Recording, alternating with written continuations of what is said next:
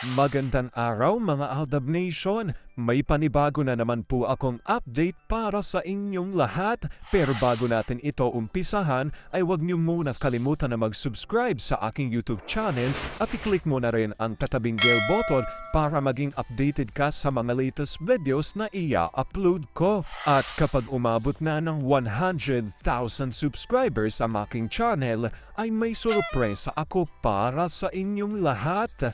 Alam kong excited na kayo kaya naman ngayon umpisahan na natin ang ating kwentuhan. Ang pag-uusapan natin ngayong araw na ito kung saan, hala, Mengay inuulan ngayon ng batikos dahil sa bagay na ito. Kagagawan raw pala ito ng management kaya ngayon nababatikos ang phenomenal star Maine Mendoza. Bakit si Maine lang ang binabash? Marami rin namang artista ang kasali dito. Ano ito, gaano ito katotoo at may sapat nga bang ebidensya ang makakapagpatunay rito? Well, yan ho ang ating aalamin at pag-uusapan ngayong araw na ito. Pero bago ho yan, ay bibitinin ko muna kayo ng kaunting-kaunti lamang kung saan magbasa muna tayo ng mga nakakatuwang post ni My Name is Theo01 sa Twitter. Kaya naman wag na natin patagalin pa at sabi niya sa kanyang tweet, ang sino mang magtatangkang ilayo o agawin na si MKA ay dadaan muna sa butas ng karayom. Ika nga niya, minadali ko nga ang lahat dati para masiguradong mapasa akin siya tapos gusto nang ilayaan, hiwalayan siya nito. Itanong nyo kay M kung may chance bang makalaya siya kay A. Laging kasama, makakawala pa kaya? Ang karibal lang naman ni M kay A yung trabaho niya.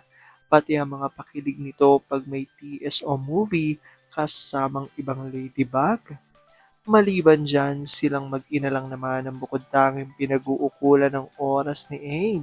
Puro lang naman yan sila lampungan sa bahay kaya nga hindi na tumataba yung isa eh. Kapag binanggit mo pa siya nako, sinasabi ko sa'yo, X, sige pa, X, isa na lang, exit na ako. Mahal mo pa ba siya? Seriously? Ma, halika na, hindi ka na mabiro. Okay lang din sa'yo na pag-usapan ng mga ex ko.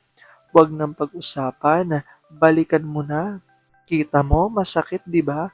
Magsama pa kayo. Alam kong tuwan-tuwa ako sa ating binasa pero ngayon pag-uusapan na natin ang ating main topic.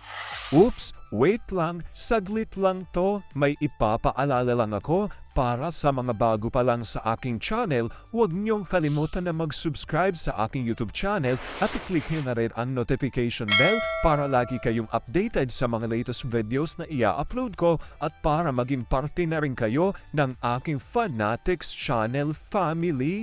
Well, alam pong super excited na kayo sa ating kwentuhan, kaya naman dumako na tayo sa ating main topic. Gaano nga ba katotoo na si Mengay inuulan ngayon ng batikos dahil sa bagay na ito? Kagagawan raw pala ito ng management kaya ngayon ay nababatikos ang phenomenal star Maine Mendoza. Pero ang tanong ng marami, bakit si Maine lang ang binabash? Madami rin namang artista ang kasali sa issue na ito.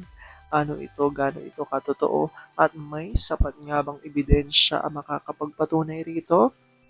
Well, yan ho ang ating aalamin at pag-uusapan ngayong araw na ito. Alam kong super excited na kayo malaman yan kaya naman wag na natin patagalin pa. Unang-una na nga ito'y galing po sa tweet ni Limelight Chan at ayon dito, grabe na ang bashing sa'yo, main DCM. Kasalanan ng management mo to.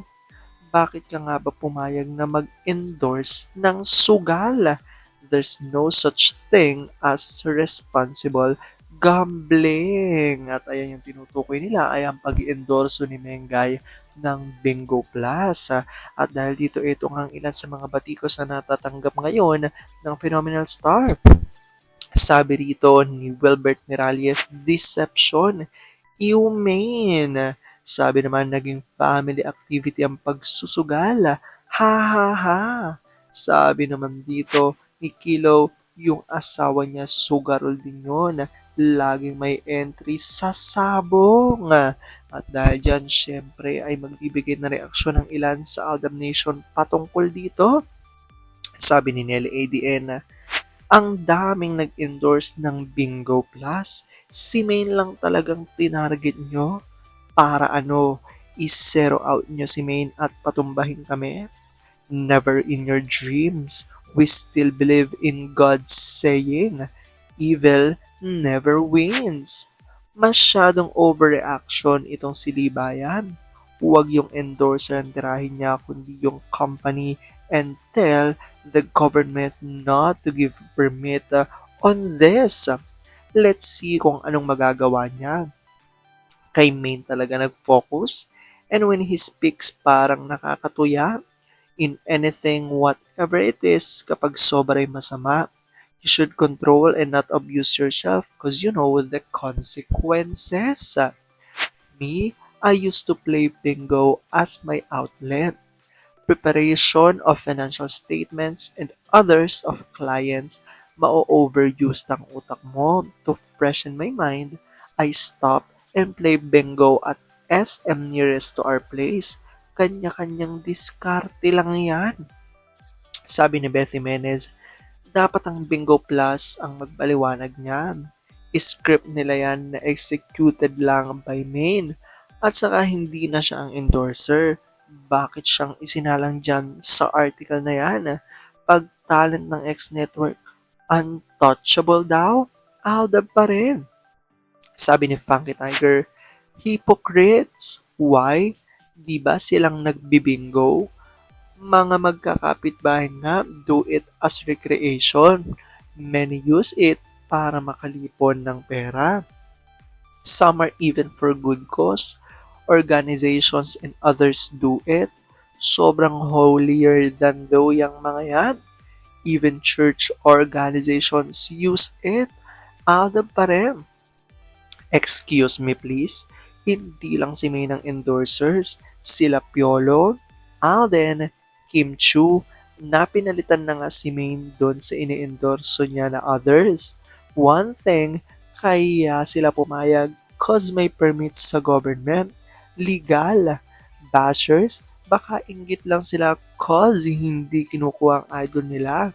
Huwag bias, be fair. At ito nga nag-reaction ni Larry 1973 at ayon sa kanya, just asking, bakit si Main Mendoza Fulkerson lang ba ang endorser ng online gambling?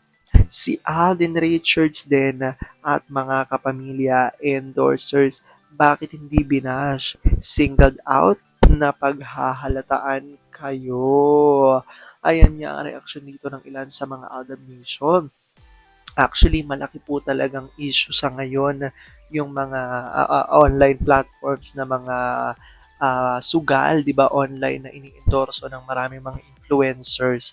Actually, hindi lang mga artista, lalo na ngayon sa mga vloggers, talagang binabash ng ilan ng mga vloggers dahil tinatanggap nga nila ang pag-endorso ng sugal o yung online sugal na tinatawag sa ngayon. And ito nga ang pinakamalaking issue ngayon dahil alam naman natin na isa sa pinakasikat na artista sa Pilipinas ay si Main Mendoza at tinitira nga siya ng maraming bashers dahil nga siya ay ang mukha ng Bingo Plus.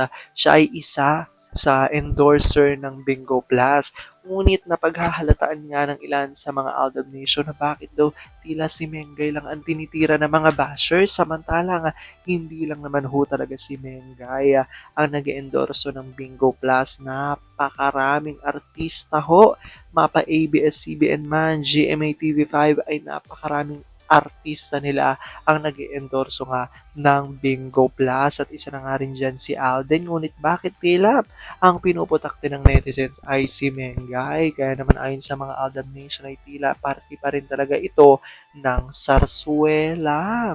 Well, i-comment down below nyo dyan guys kung ano po opinion nyo patungkol dito. Alam ko na dito marami sa inyo mas lalo ngayong kumakapit at naninindigan na Aldab Nature is real. Pero sabi nga natin na kahit na ano pa man na maging desisyon ni na Aldab at Meng sa kanilang buhay, karir at buhay pag-ibig, kailangan natin silang supportan, kailangan natin itong tanggapin ng buong buo dahil yun ang kanilang deserve. At yan ang aking update for today's video. Maraming salamat mga Aldab Nation. Ingat!